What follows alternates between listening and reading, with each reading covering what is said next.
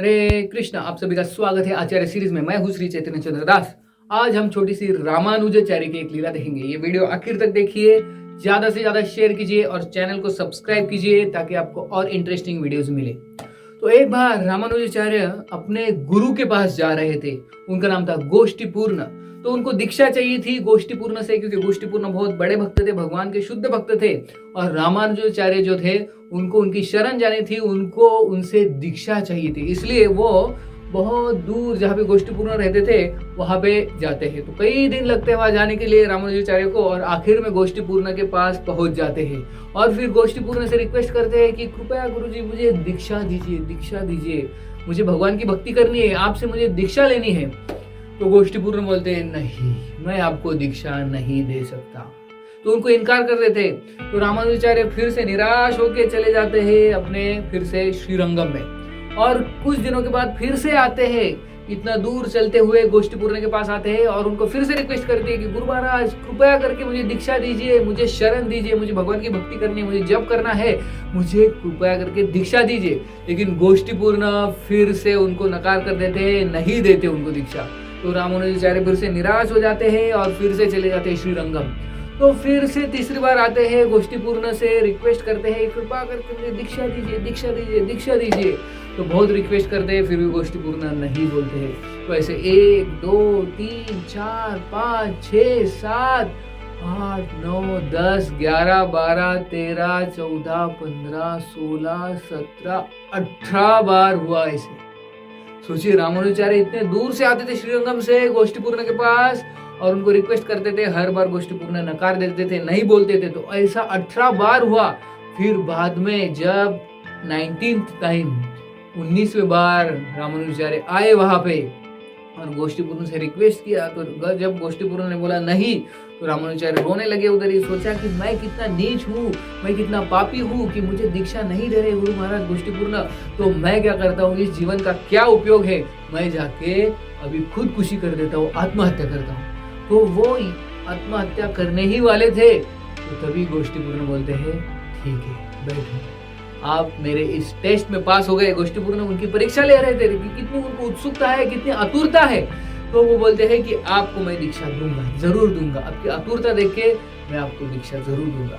लेकिन वो बोलते हैं, देखो गोष्ठीपूर्ण बोलते हैं रामानुजाचार्य को कि ये जो मैं मंत्र दे रहा हूँ वो बहुत सीक्रेट मंत्र है, ये किसी को नहीं बताना, किसी को भी नहीं, किसी को भी नहीं बताना, इतना सीक्रेट है। ये मंत्र मैं आपके कान में दूंगा, इसका आप जप करना, सीक्रेटली जप करना, क्योंकि ये बहुत शक्तिशाली मंत्र है। इस मंत्र के जप करने से कोई भी जो व्यक्ति है भगवान के धाम तुरंत जाता है। और ये मंत्र किसी साधारण व्यक्ति को नहीं दे सकते। बहुत ही शुद्ध जो है, शुद्ध व्यक्ति है, बहुत ही एलिवेटेड है, बहुत ही एडवांस ऐसा व्यक्ति है, उसको ही आप दे सकते हैं ये मंत्र, किसी को भी ऐसे नहीं दे सकते, खबरदार। तो ये रामानुजाचार्य को उन्होंने कहा, क्योंकि ये मंत्र बहुत शक्तिशाली है, इससे भगवान के धाम की प्राप्ति हो जाती है जल्दी से जल्दी। तो फिर रामानुजाचार्य बोलते ठीक है, और फिर रामानुजाचार्य के कान में वो ये मंत्र बोल देते हैं, उनका सीक्रेट मंत्र गोष्ठीपूर्ण रामानुजाचार्य को बता देते हैं। फिर रामानुजाचार्य बहुत खुश हो जाते हैं, फिर वहां से जाते हैं, निकलते हैं श्रीरंगम की ओर।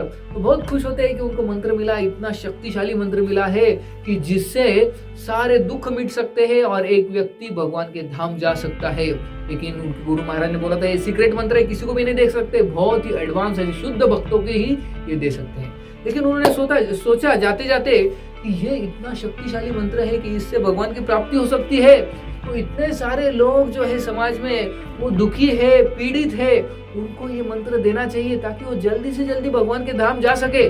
तो उनके मन में ये विचार आया और एक जगह पे वो बड़ा एक मंदिर था, वहां पे गए और मंदिर के जो गोपुरम के ऊपर चढ़ गए और अनाउंसमेंट किया कि जल्दी से जल्दी आ जाओ, सब यहाँ पे आ जाओ, मेरे पास ऐसा मंत्र है, ऐसा मंत्र है, ऐसा मंत्र है कि आपको मैं वो दूंगा तो आपके सारे दुख मिट जाएंगे और आपको भगवान की प्राप्ति होगी।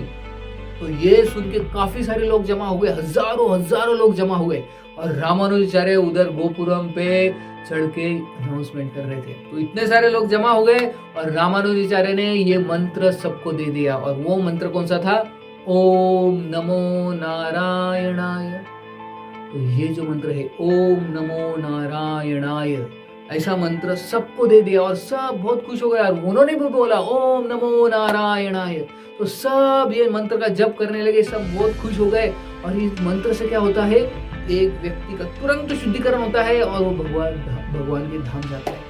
तो जब ये चीज गोष्ठीपूर्ण को पता चली कि रामानुजाचार्य ने इतने हजारों लोगों के मंत्र दे दिया उनका क्वालिफिकेशन न देखते हुए, तो बहुत गुस्सा हो गए। रामानुजाचार्य को तुरंत बुलाया और रामानुजाचार्य को बोलो कि तुम कितने नीच हो, तुमने ये बढ़िया सा मंत्र इन लोगों को दे दिया, मैं तुम्हें श्राप देता हूँ कि तुम नरक में जाओ, नरक में आप जाके बहुत बहुत दुख भोगोगे। तो रामानुजाचार्य बोलते हैं हे गुरु महाराज मुझे क्षमा कीजिए, लेकिन मुझे लगा कि इतने सारे लोग पीड़ित है, दुखी थे, अगर वो भगवान के धाम जाएंगे वो खुशी प्राप्त करेंगे, लेकिन सिर्फ मुझे नरक जाना पड़ेगा तो कोई प्रॉब्लम नहीं, मैं नरक जाने के लिए तैयार हूँ अगर इतने सारे लोग भगवान के धाम जाने के लिए तैयार हैं। तो ये देख के गोष्ठीपूर्ण के आंखों में आंसू आ जाते हैं, बोलते हैं कि ये जो मेरा रामानुजाचार्य ये शिष्य है, ये मेरा शिष्य नहीं, ये मेरा गुरु है, इसके मन में कितनी करुणा है। तो तुरंत गोष्ठीपूर्ण रामानुजाचार्य को गले लगाते, आलिंगन करते हैं। तो इस लीला से हम देखते हैं कि जो एक भक्त होता है, एक शुद्ध भक्त होता है, उसके मन में, उसके हृदय में करुणा होती है दूसरे के प्रति, इसलिए वो भगवान को बहुत प्रिय होता है। जैसे कहते हैं भागवतम में कि साधवो हृदय मह्यम साधुनाम हृदयम तो हम मद अन्य तेना जानाति ना हम तेभ्यो मनागपि। तो जो व्यक्ति, जो भक्त होता है, जिसके हृदय में दूसरों के प्रति करुणा होती है, पर दुखी, वो भगवान को बहुत बहुत प्रिय होता है। बहुत बहुत धन्यवाद। हरे कृष्णा।